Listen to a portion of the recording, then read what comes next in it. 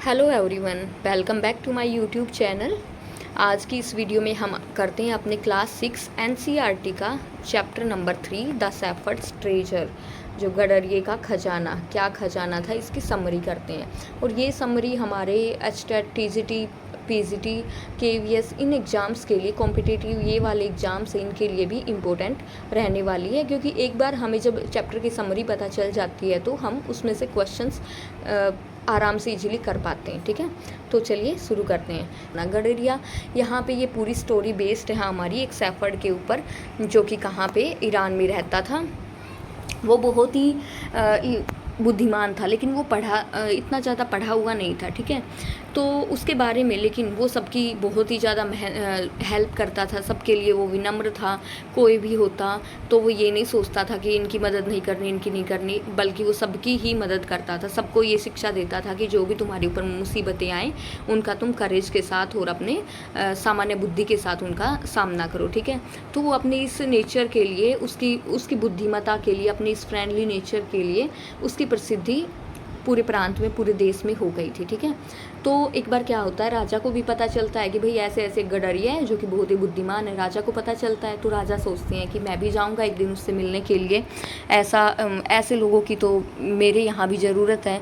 तो राजा सोचते हैं कि मैं गडरिये के ही वेशभूषा में जाऊँगा उससे मिलने के लिए। राजा चले जाते हैं, वो एक गुफा के बाहर जाते हैं, गडरिया वहाँ पर होता है। फिर गडरिया जैसे ही देखता है कि ये तो बिल्कुल थके हुए यात्री, मतलब पहले तो नहीं पता था गडरिया को कि ये राजा हैं, तो वो तो यही सोचता है कि ये एक थके हुए यात्री हैं। उसको राजा को ये अंदर बुलाता है, गडरिया उसको पानी देता है और उनके पास जो अपना कुछ मीगर फूड था, मतलब थोड़ा बहुत कुछ खाना था, वो खाना भी देता है कि आप भी इसमें से खा लीजिए। बहुत सेवा पानी करता है। ठीक है, राजा अब इस जो ये गडरिया था, गडरिये ने इतनी मेहमान नवाजी की, तो राजा इसकी मेहमान नवाजी से खुश हो जाते हैं और राजा बोलते हैं कि अभी मुझे बहुत दूर जाना है, तो तुम मुझे आज्ञा दो कि मैं यहाँ से चला जाऊँ। राजा वहाँ गडरिये के पास पूरी एक रात के लिए ठहरा था। ठीक है, फिर गडरिया जैसे ही राजा की आंखों में देखे जाता है, फिर बोलता है कि मैंने आपको पहचान लिया है। वो किंग को बोलता है, योर मैजेस्टी कह के बोलता है। तो इससे पता चल जाता है कि उसने राजा को पहचान लिया था। फिर वो बोलता है कि भाई आपने मुझे इतना मान सम्मान दिया, आप मेरे पास आए, तो आपका बहुत बहुत धन्यवाद, थैंक यू बोलता है गडरिया राजा को। तो राजा क्या करते हैं, उससे उसकी बुद्धिमत्तापूर्ण बातों से राजा पहले ही खुश हो गए थे, तो उसको अपने एक प्रांत का गवर्नर नियुक्त कर देते हैं। ठीक है, अब जब वो हो गया गवर्नर नियुक्त और उसकी वैसे इतनी बड़ाई चल रही थी, तो बाकी के गवर्नर उससे बड़ाई जेलस फील करते थे कि ये क्या, अब ये आ गया तो हमारी तो वैल्यू ही कम हो जाएगी। ऐसा सोच के वो राजा को भड़काने के लिए चले जाते हैं। कई बार तो राजा ऐसा होता है कि इग्नोर कर देते हैं कि ऐसे कर रहे हैं, लेकिन कितनी बार ऐसा होता है जब एक इंसान के बारे में बार बार कोई इंसान बुरा बोलते हैं, तो फिर राजा का दिमाग घूम गया। राजा भी सोचते हैं तो कि हाँ भाई, हो सकता है इनकी बात सच हो, क्योंकि वो जो बाकी के गवर्नर थे वो राजा को ये कहते हैं कि ये इतना ईमानदार नहीं है, बल्कि ये डिसऑनेस्ट है, क्योंकि ये अपने साथ हमेशा एक संदूक रखता है। और इसके पास जो संदूक होती है ना, महाराज आप देखना कि उसमें या तो कुछ जेवरात मिलेंगे आपको, या फिर ये जो लोगों से कर के रूप में वसूल करते रुपए, ये अपना वो रुपए उस अपनी संदूक में बचा के रखता है ये गडरिया।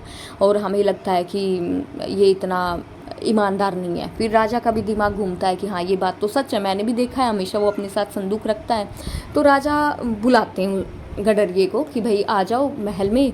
तो गडरिया आ जाता है राजमहल में। तो फिर राजा एकदम से धाड़ के उससे सवाल करते हैं कि बताओ भाई, तुम हमेशा अपने साथ ये संदूक क्यों रखते हो। फिर गडरिया जवाब देता है, अपने एक नौकर को बोलता है कि जाओ तुम मेरी संदूक लेके आओ, जो कि उसके ऊँट के ऊपर बंधी हुई थी।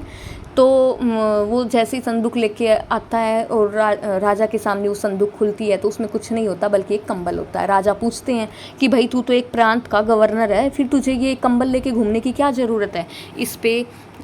इस बात पे गडरिया कहता है कि राजा, क्या पता आपका कब मन कर जाए और आप कब मुझसे अपना ये गवर्नर का पद छीन लो, तो मेरी रक्षा तो मेरा ये जो कंबल है वही करेगा। ये थोड़ा ना पता है कि आप कब मुझसे जो आपने कपड़े दे रखे हैं गवर्नर के, ये छीन लो, इसलिए मैं हमेशा अपने साथ ये कंबल रखता हूँ। अब राजा को बुरा भी लगा कि मैंने इस पर शक किया, और राजा और भी खुश हो जाते हैं कि हाँ भाई चलो, ये तो बहुत ही अच्छा इंसान है।